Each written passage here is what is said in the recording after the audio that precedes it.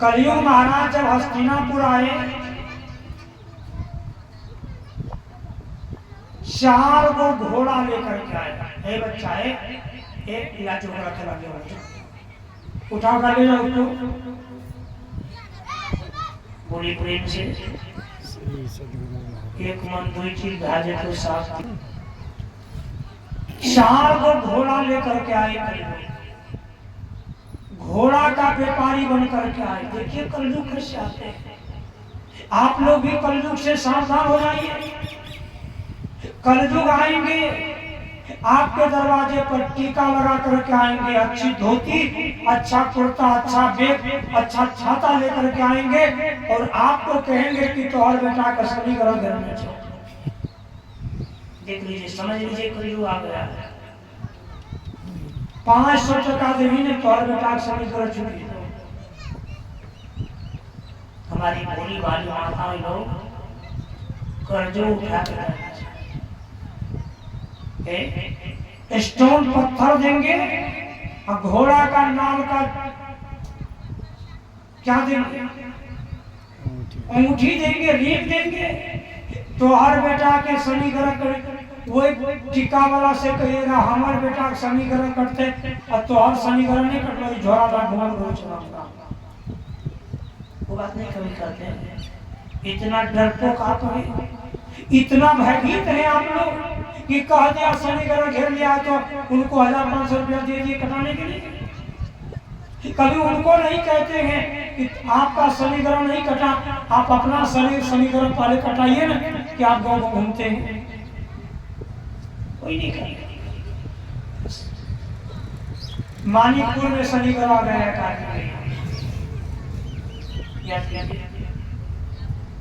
2 ठक आ गए मानिकपुर।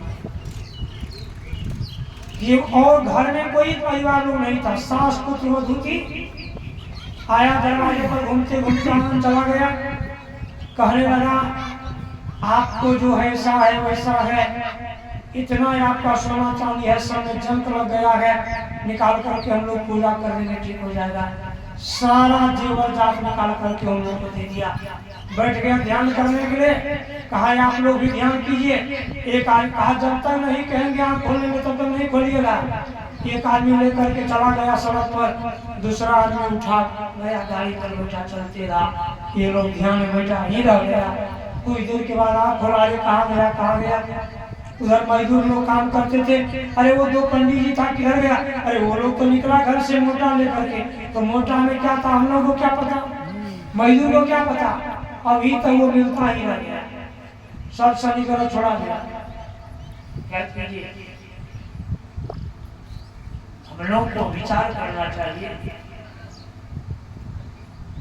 शनि महाराज कलयुग देव ने 4 घोड़ा लेकर के पहुंचा।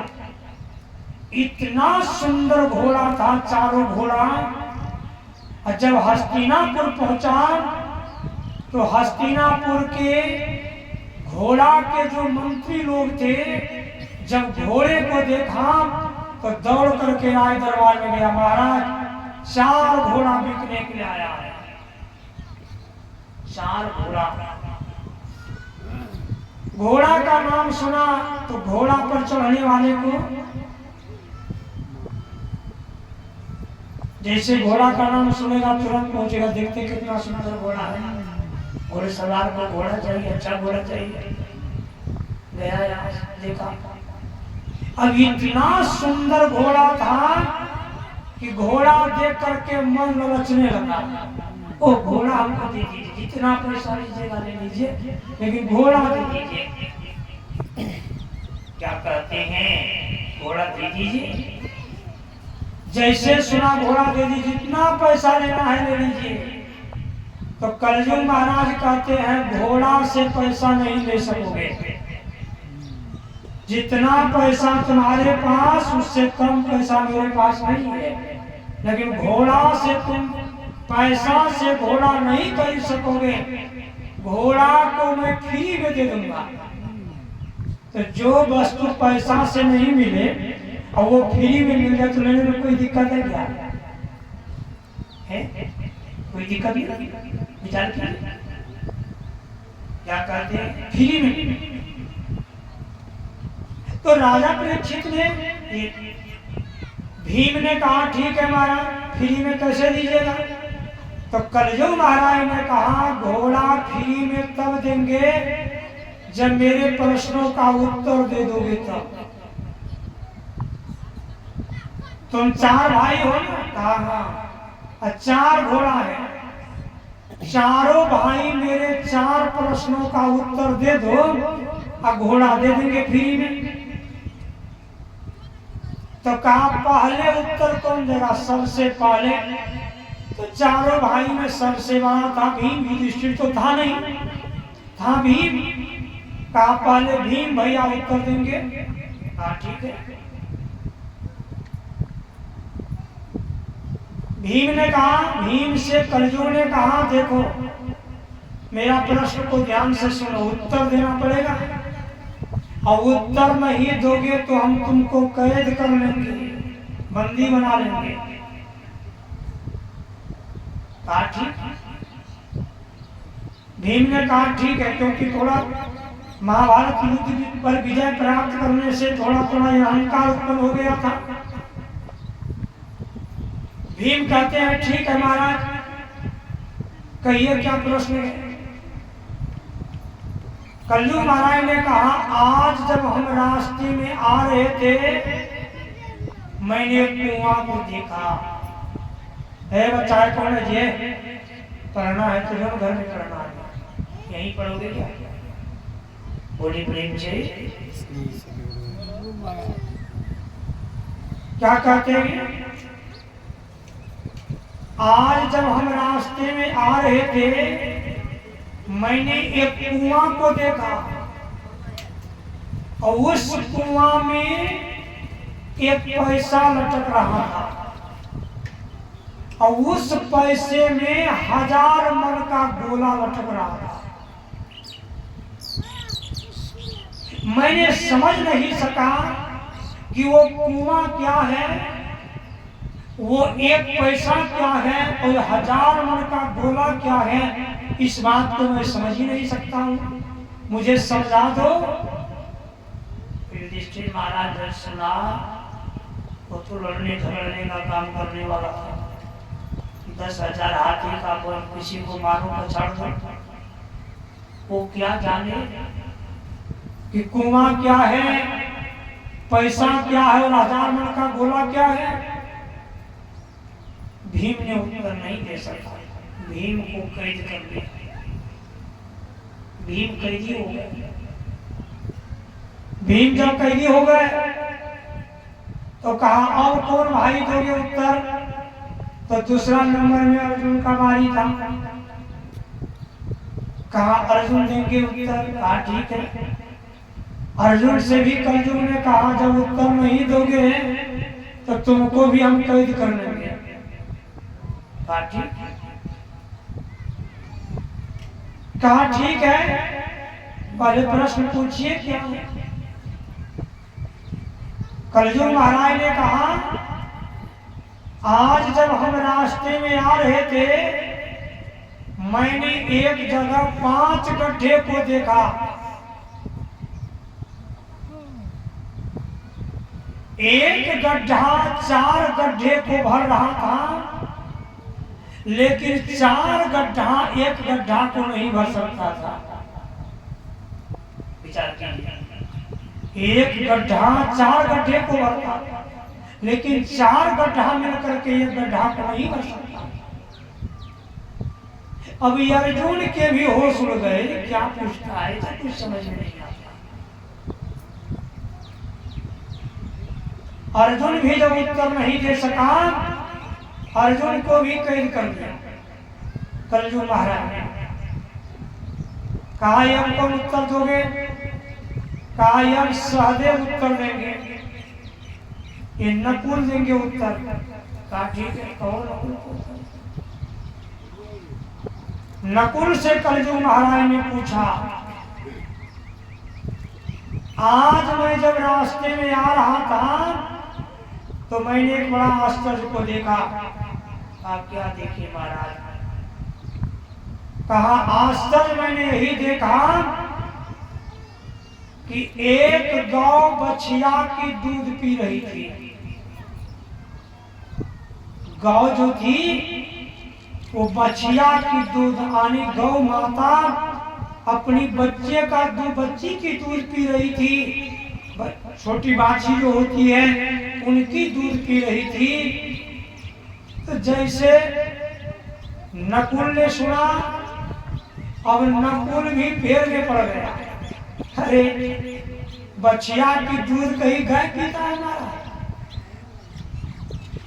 उसका भी उत्तर नहीं दे सकता और नकुल को भी कैद कर दिया। बचा सहदेव। सहदेव से पूछा क्या तुम भी घोड़ा लोगे? कहा महाराज। सहदेव बहुत बड़े ज्ञानी थे, 6 महीने आगे 6 महीने पीछे की भूत भविष्य को बताने वाले। उन्होंने कहा तुम लोगे घोड़ा? कहा बस। कहा तो मेरा उत्तर देना पड़ेगा। कहा पूछिए प्रश्न महाराज। कहा आज मैं जब रास्ते में आ रहा था मैंने एक पक्षी को देखा, जिस पक्षी के पंख पर राम नाम लिखा हुआ था और वह पक्षी अभक्ष्य भोजन कर रहा था। पक्षी के पंख पर था राम नाम लिखा हुआ, लेकिन वो पक्षी अभक्ष्य भोजन, यानी जो भोजन मनुष्य को करने का योग नहीं हो वह भोजन पक्षी कर रहा था। इसके बारे में बताओ कि वो पक्षी ऐसा भोजन क्यों कर रहा था? सहदेव ने भी जवाब नहीं दे सका। चारों भाई को कैद किया। कलजुग महाराज लेकर के चल गए। जब चलने लगा उसी समय में धर्मराज युधिष्ठिर कहीं से पहुंच गए हस्तिनापुर। और जैसे पहुंचते हैं तो मंत्री लोग ने महाराज युधिष्ठिर से जाकर के कहा महाराज एक घोड़ा का व्यापारी आया है और जो चारों भाई को बंदी बना करके लेकर जा रहा है। ऋषि महाराज ने कहा कहाँ है वो व्यापारी? रोको उनको। रोका गया। युधिष्ठिर महाराज आए, कहा आप मेरे भाई लोगों को बंदी क्यों बना रही है महाराज? कहाँ ले जा रहे हैं? कलयुग ने कहा ये चारों व्यक्ति मेरा चारों घोड़ा को लेने के लिए आया था पैसा दे करके, लेकिन मैंने कहा पैसा से घोड़ा नहीं दूंगा, जो मेरे प्रश्नों का उत्तर दे देंगे उसको घोड़ा मैं दे दूंगा। तो मेरा प्रश्नों का उत्तर नहीं दे सका, इसलिए मैं चारों को बंदी बनाया हूं, मैं ले जाता हूं। युधिष्ठिर महाराज ने कहा मैं आपका यथासंभव उत्तर देने आया हूं। ये चारों मेरे भाई हैं, आप अपना प्रश्न कीजिए, मैं आपके प्रश्नों का उत्तर दूंगा। कलयुग महाराज ने कहा जब तुम भी उत्तर नहीं दे सकोगे तो तुमको भी मैं बंदी बना लूंगा। आप कोई बात नहीं बना ली। युधिष्ठिर महाराज से कलयुग ने प्रश्न किया। युधिष्ठिर ने कहा क्या प्रश्न है? कहा पहला प्रश्न यही था कि आज जब हम रास्ते में आ रहे थे मैंने एक बड़ा आश्चर्य को देखा। एक कुआं, उस कुआं में एक पैसा लटक रहा था और उस पैसा में 1000 मन का गोला लटक रहा था। याद कीजिए। युधिष्ठिर महाराज ने कहा महाराज ऐसी बातें कलयुग में होगा। कैसा बात होगा कलयुग में? कलयुग में ये मनुष्य शरीर को एक कुआं माना गया। कहा ये मनुष्य का शरीर जो है एक कुआं है। इस कुआं में 1 रुपया लोग दान करते हैं धर्म के नाम पर। एक पैसा दान करते हैं धर्म के नाम पर, 1000 मन का अहंकार रखते हैं।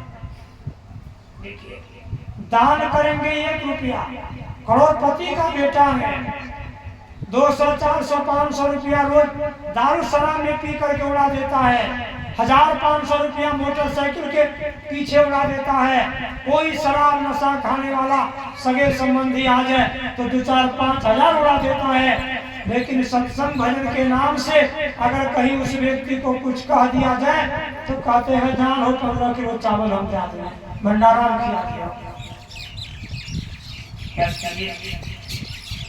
उधर करोड़ रुपया उड़ाने का काम, 1000 रुपया उड़ाने का काम, इधर भगवत भजन के लिए 200, 400, 500, 1000 रुपया देने में उसको बड़ा कष्ट और 1000 मन का अहंकार रखता है। क्या कीजिए, कहा ऐसा होगा कलयुग में। कलयुग में लोग 1 रुपया दान करेंगे, 1000 मन का गोला रखेंगे कि मैंने ये किया वो किया। विचार कीजिए, कलयुग महाराज ने कहा हाँ युधिष्ठिर ऐसा कलयुग में होगा। जाओ ये घोड़ा भी ले जाओ और इस भाई को तुम ले जाओ। भीम और घोड़ा सहित भीम को दे दिया। कहा इसको भी छोड़िए, कहा ये भी मेरा प्रश्नों का उत्तर नहीं दे सकता। कहा इनका क्या उत्तर था, प्रश्न था हमारा। कहा इनका प्रश्न है कि आज जब मैं रास्ते में आ रहा था एक जगह मैंने बड़ा आश्चर्य को देखा। कहा क्या आश्चर्य देखे? कहा आश्चर्य मैंने यही देखा कि एक जगह 5 गो गड्ढा था, एक गड्ढा 4 गड्ढे को 4 कोण पर 4 गड्ढे, एक गड्ढा बीच में, एक गड्ढा 4 गड्ढे को भर रहा था, लेकिन 4 गड्ढा मिलकर के एक गड्ढे को नहीं भर सकता। नहीं भाई, युधिष्ठिर महाराज ने कहा हाँ महाराज ऐसा कलयुग में होगा। कहा कलयुग में क्या होगा? कहा कलयुग में एक माँ बाप 4 बच्चे को पढ़ा लिखा करके विद्वान बना देंगे, डॉक्टर, इंजीनियर, प्रोफेसर, कलेक्टर बना देंगे, लेकिन 4 बेटा मिलकर के एक माँ बाप का परवस्ती नहीं कर सकेंगे। यही होगा कलयुग में। इसलिए 4 गड्ढे को एक गड्ढा भरता है, लेकिन 4 गड्ढा मिलकर के एक गड्ढे को नहीं भर सकता। 7 बेटे का पिताजी, अब वो अलग में चावल दाल रखते हैं खाते हैं, तो कहिए वो क्या हुआ 7 पुत्र को जन्म दे करके? कहने मात्र के लिए कि हो 7 बेटा के बात है, क्या किया? नहीं होगा। कहा कलयुग में ऐसा ही होगा महाराज। तो कलयुग भगवान ने भी कहा, कलयुग महाराज ने भी कहा हाँ युधिष्ठिर कलयुग में ऐसा ही होगा। अर्जुन को भी छोड़ दिया, घोड़ा दे दिया, कहा ले जाओ। कहा इस नकुल को भी छोड़ दीजिए, कहा मेरा प्रश्न का उत्तर नहीं दिया। कहा इनका क्या प्रश्न था? कहा इनका प्रश्न था जब आज हम रास्ते में आ रहे थे, एक बड़ा आश्चर्य को मैंने देखा कि एक गौ बछिया की दूध पी रही थी। जैसे कहा बछिया की दूध पी रही थी, तो युधिष्ठिर महाराज कहते हैं हाँ महाराज कलयुग में ऐसा होगा। कहा कलयुग में क्या होगा? कहा कलयुग में गरीब व्यक्ति अपनी बेटी को धनवान के घर में बेच देंगे। देखेंगे धनवान व्यक्ति का उम्र 50 वर्ष हो जाता है, 60 वर्ष हो जाता है, फिर भी विषय वासनाओं को भोगने के लिए 18 साल की बालिकाओं से विवाह कर लेती है। देखिए आप लोग देखे होंगे, नहीं तो मोबाइल पर तो देखते ही होंगे, कोई बात नहीं है। और पैसा दे करके गरीब घर की बालिकाओं को पैसा दे करके खरीद लेंगे। तो लड़की को बेचकर यानी अपनी पुत्री को बेचकर धनवान के हाथ में, और उस पैसा का आहार कलयुग में लोग करेंगे। यही है गाय बछिया की दूध पी रही थी। बिल्कुल सही, कलयुग में ऐसा ही होगा और हो रहा है।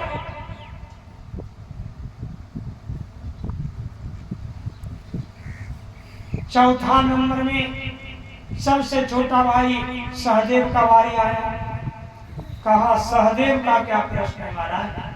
कहा सहदेव का प्रश्न था,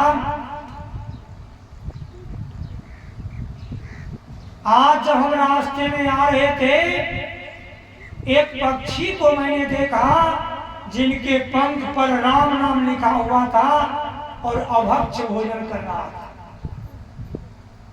अभक्ष भोजन। ऋषि महाराज ने कहा कलयुग में ऐसा ही होगा। कलयुग में बाना बनाएंगे लोग साधु का। साधु का बाना बना करके गांजा भांग ताड़ी अफीम क्या क्या खाएंगे साधु जीवन में। ये गैरिक वस्त्र लेकर के भी इस कलिकाल में, इस गैरिक वस्त्र लेकर के भी लोग होटल में भोजन करते हैं। तो जब होटल में लेकर के वस्त्र लेकर के भोजन करते हैं तो फिर क्या हुआ? ये कपड़े लेकर के क्या शराब पान करते हैं, गांजा पीते हैं इस कपड़े को लेकर के। इसलिए ऋषि महाराज ने कहा कि कलयुग में ऐसा ही होगा। यानी बाना तो साधु का रहेगा लेकिन वो अभक्ष भोजन करेंगे। तो कलयुग महाराज ने कहा हाँ निश्चित कलयुग में ऐसा ही होगा। विचार कीजिए।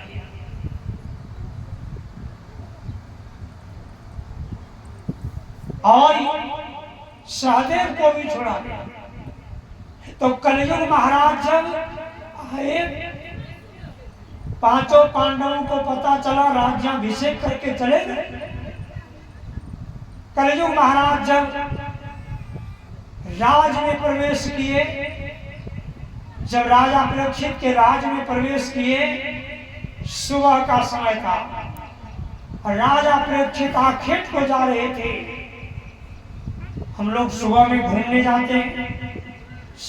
अभी तो लोग हर घर में शौचालय बन गया है, लेकिन पहले लोग शौच जाते थे कि 2-2 किलोमीटर दूरी।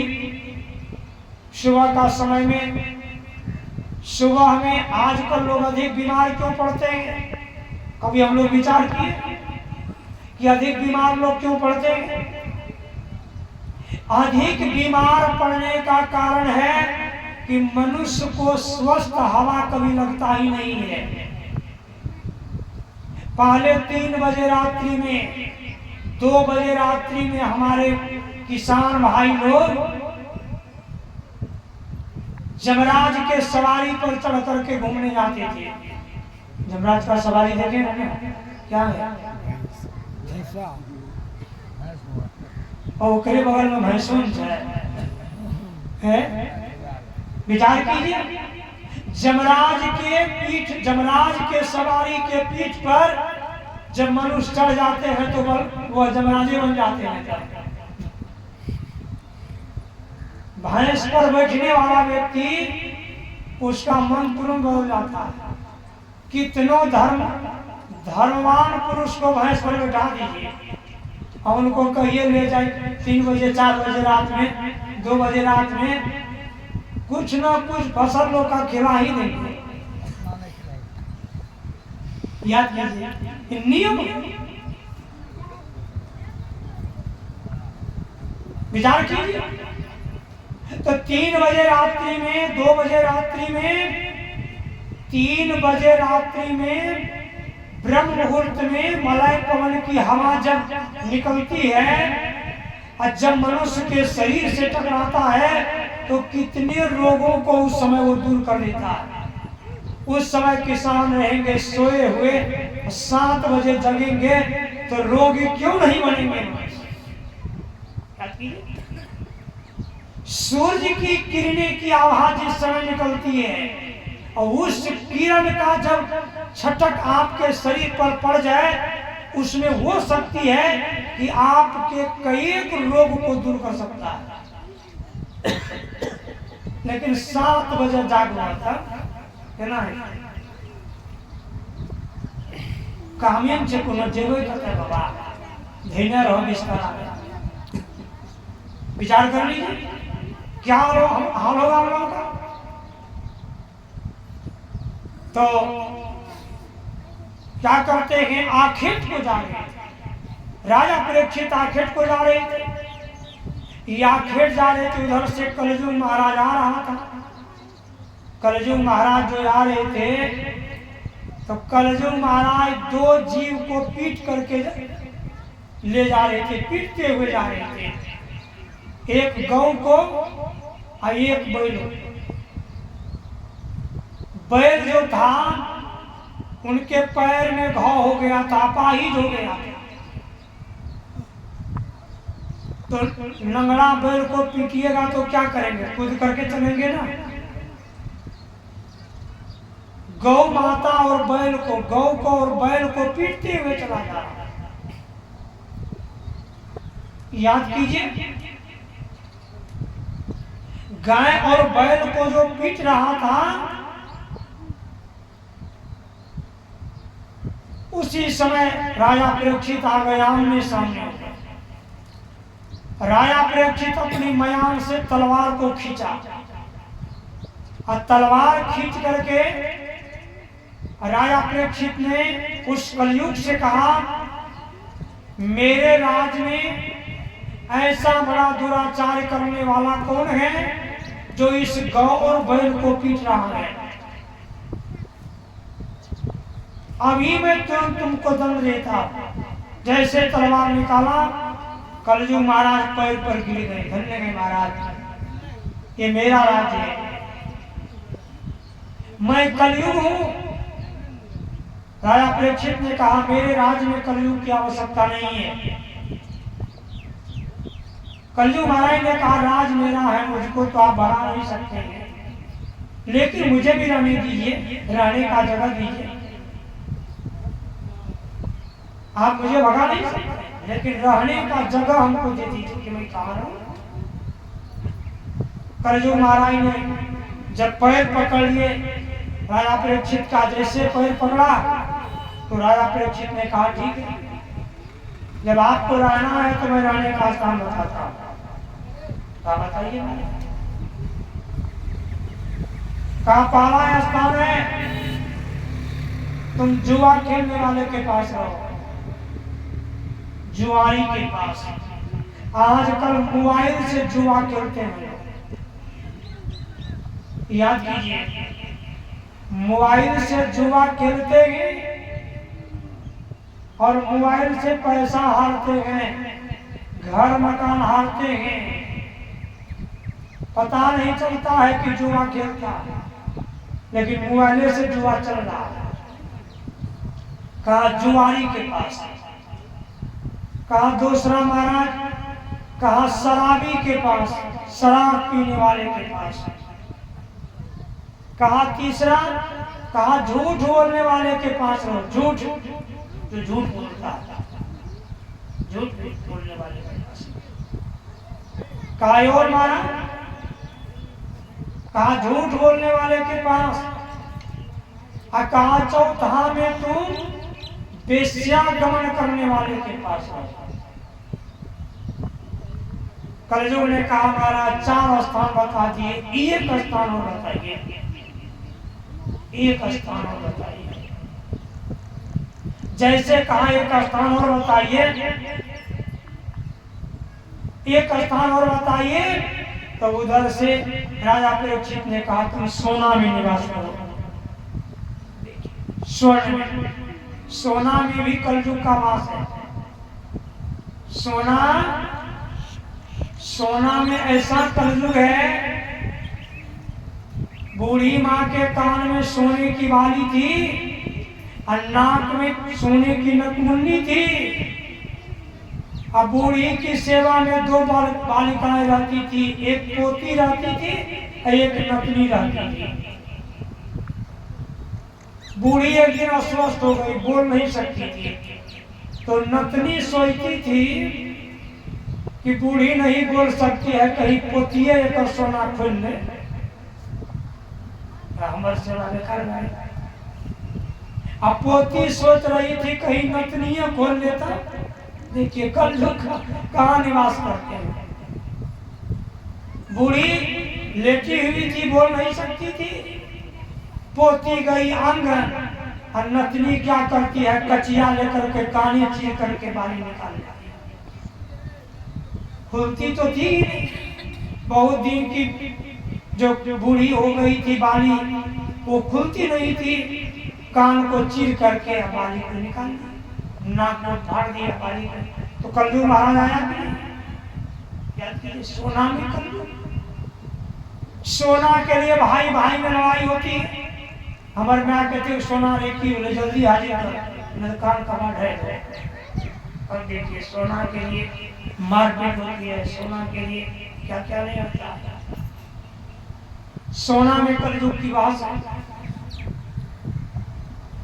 सोना का नाम लिया तो कलयुग महाराज चल दिए। राजा परीक्षित खेत से लौट करके घर आए। घर में 2-4 दिनों के बाद राजा परीक्षित चल दिए शिकार खेलने के लिए। शिकार जब खेलने के लिए चला तो सोना का मुकुट को लगाया अपने अंदर, और जब सोना का मुकुट लगाया और जब वो चला बंदूक